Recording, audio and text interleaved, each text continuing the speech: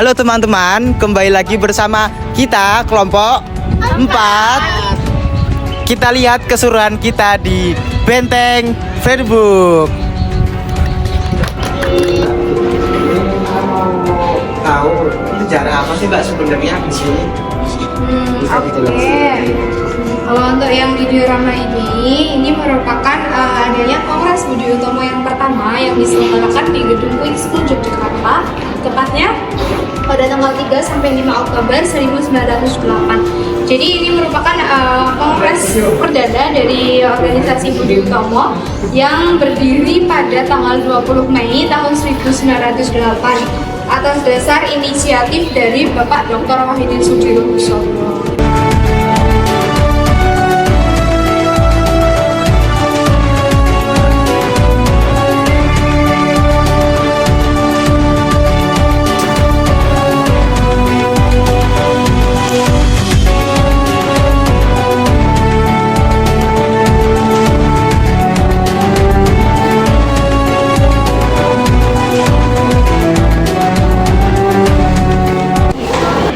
Guys, jadi kita ada di diorama 1.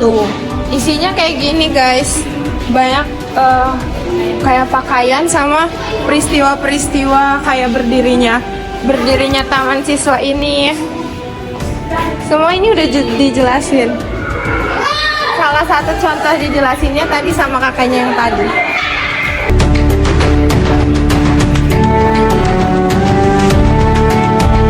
Oke teman-teman, ini bisa dilihat miniatur ini menceritakan tentang Sri Sultan Hamengkubuwono kedua. Ini kejadiannya di Gedung Wilis Patih pada Jogja di tanggal 19 Agustus 1945. Kemudian Sri Sultan Hamengkubuwono ini memimpin rapat dukungan proklamasi kemerdekaan Indonesia yang dihadirin oleh para pemimpin kelompok pemuda dari golongan agama nasional Papua dan keturunan Cina gitu teman-teman.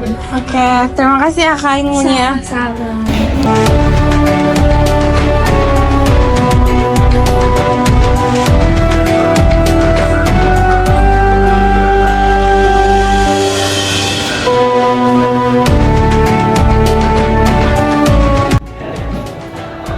Halo Kak, permisi.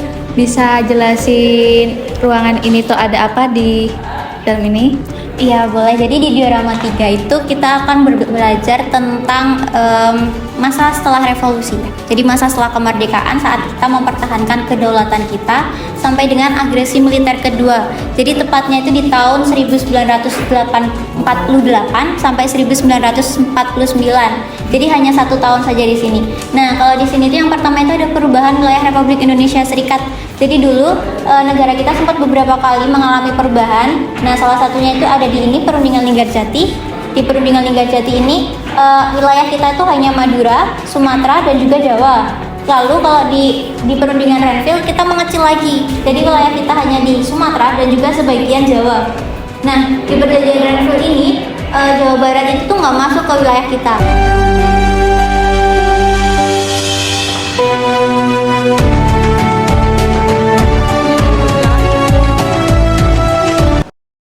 Permisi Bapak. Terima kasih.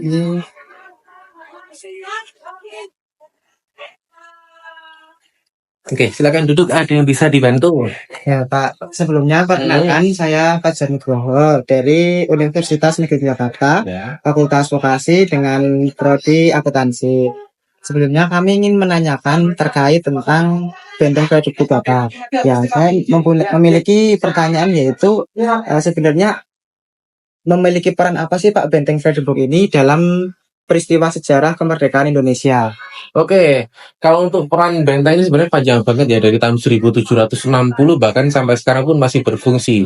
Mulai dulu digunakan sebagai markas bagi tentara Belanda, kemudian pernah Inggris juga dan juga Jepang. Kemudian selama masa merdeka sempat digunakan sebagai markas TNI atau yang bisa dibilang Yonif 403 sampai nanti tahun 80 direnovasi, tahun 92 resmi menjadi museum sampai saat ini.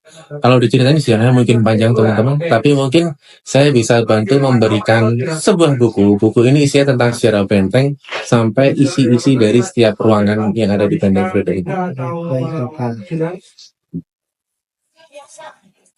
Nah, ini ada buku panduan Museum Benteng Frederik. Meskipun tahun terbitan 2021, tapi untuk isinya masih relevan. Jadi teman-teman bisa mempelajari bagaimana sejarah dari Benteng Frederik. Kemudian di dalam sini ada apa saja, semua bisa dilihat di sini. Kemudian sebelumnya terima kasih ya Kak atas pemberian buku ini. Sama.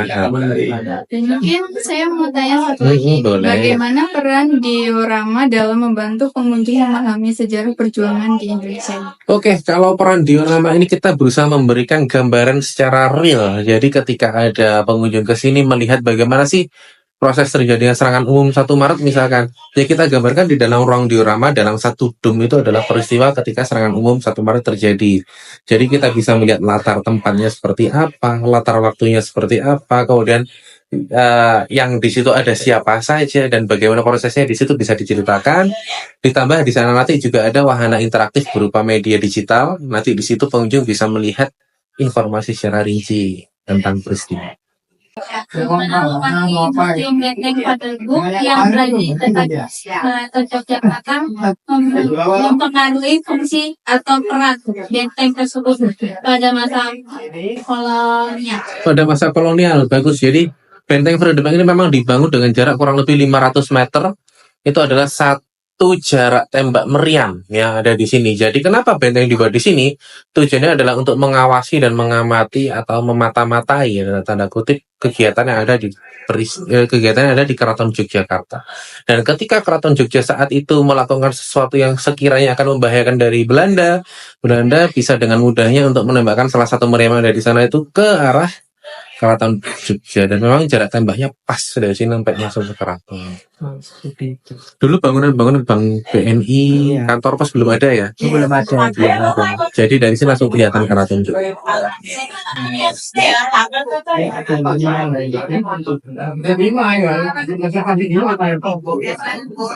Baik Bapak, terima kasih atas informasi dan ilmu yang telah diberikan kepada Bapak kepada kami.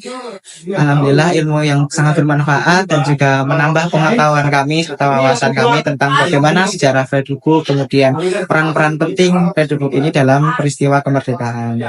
Mungkin dari kami mengucapkan banyak terima kasih kepada Bapak dan juga kami ingin mengakhiri sesi kami pada siang hari ini, Pak. Ya, terima kasih atas kunjungannya juga. Terima kasih atas Silakan bisa dibawa. Baik teman-teman, karena kelompok kita sudah di penghujung perjalanan, kita telah mengenal berbagai banyak diorama, kemudian sejarah, proklamasi, dan perjuangan bangsa Indonesia. Cukup sekian dari kelompok kami, dan kami ada sedikit pantun untuk teman-teman yang di rumah. Ke Benteng Frederik makan lumpia. Cukup sekian dan sampai jumpa.